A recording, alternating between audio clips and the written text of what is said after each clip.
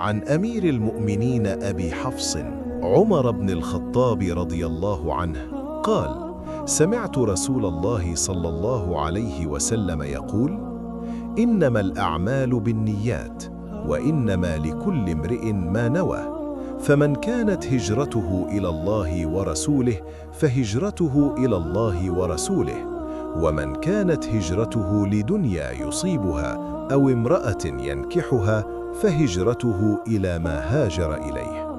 হাদিসের অর্থ হযরত উমর ইবনুল খাত্তাব রাদিয়াল্লাহু আনহু থেকে বর্ণিত। তিনি বলেন, রাসূলুল্লাহ সাল্লাল্লাহু আলাইহি ওয়াসাল্লাম ইরশাদ করেছেন, নিশ্চয়ই প্রতিটি কাজ নিয়তের উপর নির্ভরশীল এবং প্রত্যেক ব্যক্তি তার নিয়ত অনুযায়ী প্রতিদান পাবে। সুতরাং যার হিজরত আল্লাহ ও তার রাসূলের সন্তুষ্টির জন্য হবে, তার হিজরত আল্লাহ ও তার রাসূলের উদ্দেশ্যেই গণ্য হবে। আর যে ব্যক্তি দুনিয়া লাভ অথবা কোনো নারীকে বিয়ে করার উদ্দেশ্যে হিজরত করবে, তার হিজরত সে উদ্দেশ্যেই গণ্য হবে যে উদ্দেশ্যে সে হিজরত করেছে। বুখারী ও মুসলিম। হাদিসের পরিচয়।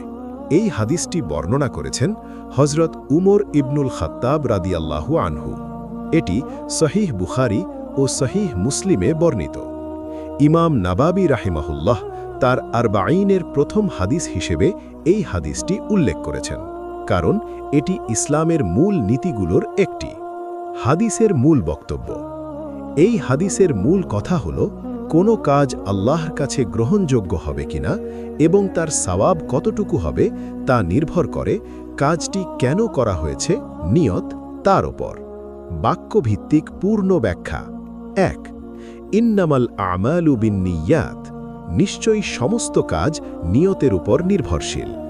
ইন্নামা শব্দটি সীমাবদ্ধতা বোঝায়, অর্থাৎ কাজের মূল্যায়নের একমাত্র মানদণ্ড হল নিয়ত।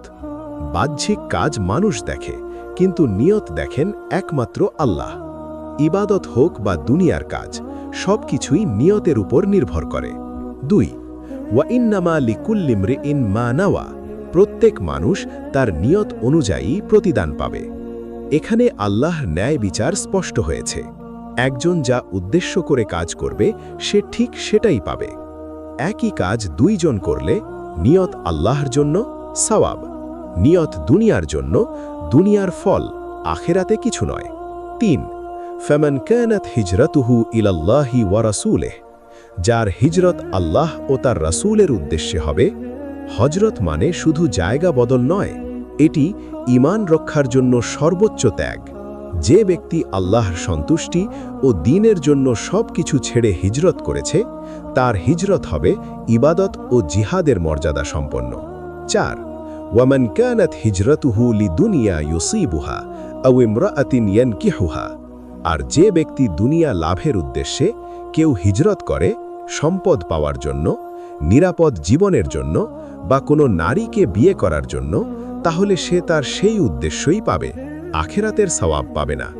এখানে রাসূল সাল্লাল্লাহু আলাইহি ওয়াসাল্লাম কোনো নারীকে ছোট করেননি, বরং বোঝাতে চেয়েছেন সবচেয়ে বৈধ উদ্দেশ্য যদি আল্লাহর জন্য না হয়, তবে তা ইবাদত হয় না।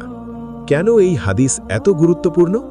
ইমাম শাফিঈ রাহিমাহুল্লাহ বলেন, এই হাদিস দ্বীনের 1/3, কারণ অন্তরের কাজ নিয়ত, বাহ্যিক কাজ কাজের ফলাফল, এই তিনটির ভিত্তি এই হাদিসে আছে। আমাদের জীবনে এই হাদিসের শিক্ষা, পড়াশোনা। নিয়ত যদি হয় আল্লাহ দেওয়া জ্ঞান অর্জন, ইবাদত। চাকরি ও ব্যবসা, নিয়ত যদি হয় হালাল রিজিক ও পরিবার পালন, ইবাদত।